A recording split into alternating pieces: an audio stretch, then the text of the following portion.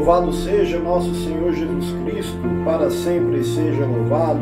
Que bom estarmos juntos mais uma vez aqui no nosso canal, Introdução à Fé Católica. Hoje, sexta-feira, como combinado, nossa terceira aula, nosso curso de História da Igreja. Estamos reunidos em nome do Pai, do Filho e do Espírito Santo. Amém. A nossa aula de hoje, nela nós vamos tratar de 3 assuntos diferentes, que estão mais ou menos na mesma época, que é o primeiro século. O Concílio de Jerusalém, que aconteceu no ano 49, o surgimento dos primeiros mártires da Igreja. A gente já falou de na primeira aula, Santo Estevão, e hoje vai aparecer mais alguns. E, por fim, os padres apostólicos. Vamos lá ao nosso primeiro assunto, digamos assim. O ano 49 está muito relevante na sociedade palestina de Jerusalém, dentro do Império Romano, o crescimento da cristandade, o crescimento dos seguidores do caminho, que na cidade de Antioquia, por Santo Inácio de Antioquia, hoje Santo Inácio, serão chamados pela primeira vez de cristãos. Toda a região a região do Império Romano, todo o Império está começando a brotar o cristianismo. E aí, por outro lado, ele começa a se relacionar, digamos assim, com outras crenças religiosas, sobretudo com o judaísmo. Crença essa da qual ele teve origem. Não podemos negar nunca que o cristianismo teve origem no judaísmo. Hoje são 2 religiões diferentes, distintas, com doutrinas e fés diferentes. Mas o cristianismo surgiu a partir do judaísmo.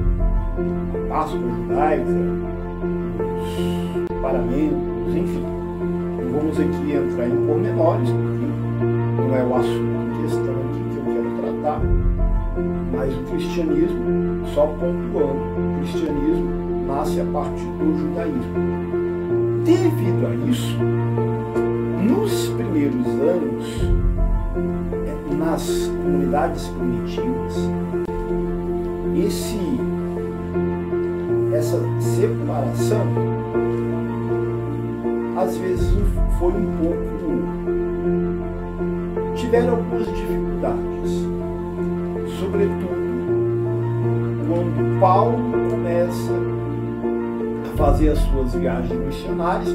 Nós vimos na última aula, no 47, entre o ano 47 e 48, Paulo faz a sua primeira viagem missionária e depois volta para Jerusalém. Quando ele volta para Jerusalém, lá se encontra com Pedro, o apóstolo, que era o primeiro papa da igreja. E aí ele começa a debater com Pedro sobre um assunto que ele encontrou dificuldade nas viagens que ele fez.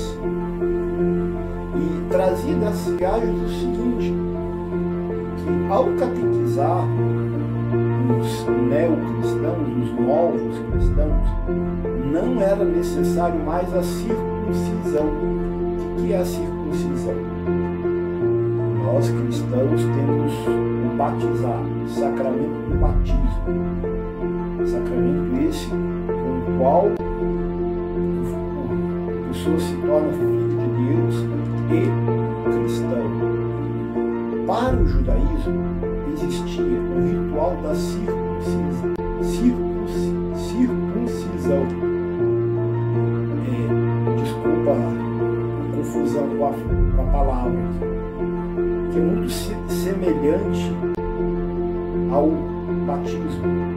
É um rito de iniciação, digamos assim, na doutrina judaica. Só que aí, Paulo começa a mostrar, primeiramente nas suas viagens, depois com Pedro, que era um ritual um pouco mais complexo do que o batismo. Paulo mostra que era mais importante não a circuncisão, mas se abster de carnes imoladas a deuses pagãos, se abster de uniões ilegítimas, ou seja, a prática do adultério, a fornicação, bebedeiras, orgias, etc. É mais importante se abster desses pecados, comer carnes sacrificadas aos ídolos pagãos, deuses pagãos, e se tornar em Cristo uma nova criatura. E aí Pedro e Paulo começam em um embate. Dado essa situação, se torna necessário um concílio. Ao longo da história da igreja, ao desenrolar do nosso curso, nós estamos ainda apenas na terceira aula hoje. A gente vai ver que aconteceu vários concílios durante a história da igreja, mais precisamente 21 concílios. Para que serve o concílio? Do que se trata? Vamos lá. Assim como aí na sua comunidade, às vezes acontece a reunião de conselho para dividir, discutir e refletir os problemas relativos à comunidade.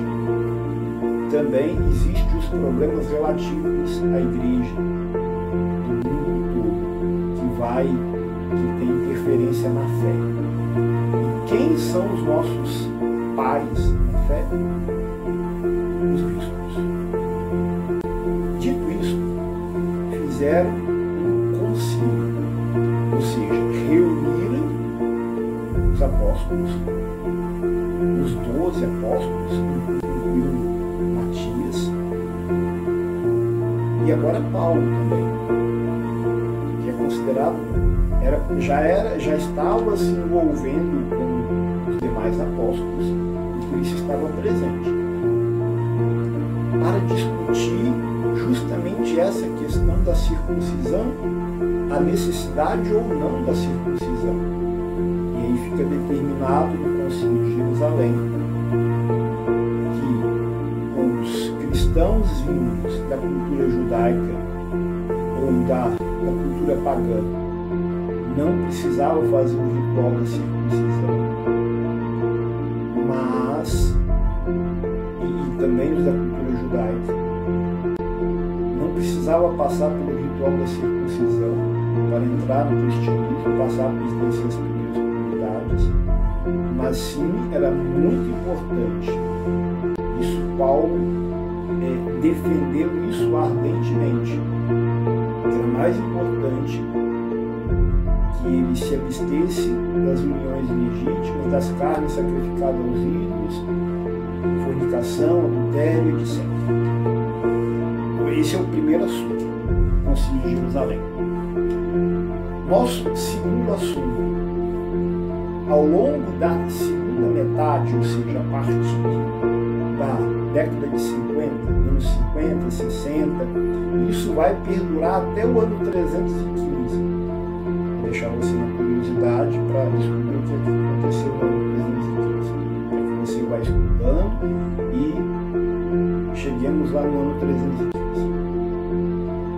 E quem já estudou a história da igreja sabe o que aconteceu no ano 315. Nesse período vai surgir os primeiros papas da igreja e, por outro lado, os primeiros mártires. O que é a figura do mártir? Uma pessoa como eu e você, que viveu esse mundo e que, por causa do Evangelho, foi morto. A a exemplo de Jesus Cristo, que foi crucificado na cruz, foi capaz de entregar a sua vida pela causa do Evangelho. Nesse primeiro momento, é claro que durante a história da igreja vão surgir vários mártires. Isso é fato. Mas eu quero destacar aqui os primeiros. É tão relevante o testemunho deles, porque o Império Romano existia como uma força política, social, cultural, muito dominante, um exército muito poderoso. E como o cristianismo ainda não era a religião oficial do Império, era os seguidores do caminho, depois, como falei lá no início, dito por Santo Inácio de Antioquia, passa a ser cristãos, celebravam a Eucaristia de forma escondida, em catacumbas, nas casas de famílias, enfim. E quando para não serem descobertos. Quando eram descobertos, eram colocados no areópago para serem devorados pelas feras, leões, outros animais. Né? Por curiosidade, depois coloque aí no próprio YouTube testemunhos dos primeiros mártires da igreja, século I. Um testemunho muito bonito, que vai fortalecer a sua fé. Nesse primeiro momento, olha só, eu vou citar aqui de forma corrida os primeiros papas e os primeiros mártires. Isso aqui é o missal. O que eu vou ler é a primeira oração eucarística, que é rezada vez ou outra na Santa Missa. Tá? Pedro, Paulo, André, Tiago, João, Tomé, Tiago e Filipe, Bartolomeu e Mateus, Simão e Tadeu, os apóstolos. Agora vem os primeiros papas. A gente já falou lá o primeiro, Pedro. Agora vem os que sucederam Pedro: Lino, Cleto, Clemente, Sisto, Cornélio e Cipriano, Lourenço e Crisógono, João e Paulo, os santos Cosme e Damião. E depois a oração eucarística tem uma segunda parte, uma outra prece eucarística que continua citando os mártires. João Batista e Estevão, Estevão, primeiro mártir, Matias e Barnabé, Inácio, Alexandre, Marcelino e Pedro, Felicidade, Santa Felicidade Perpétua, Águida, Santa Águida, Santa Luzia, Inês, Cecília e Anastácia. Esses são os primeiros mártires da igreja, os primeiros santos.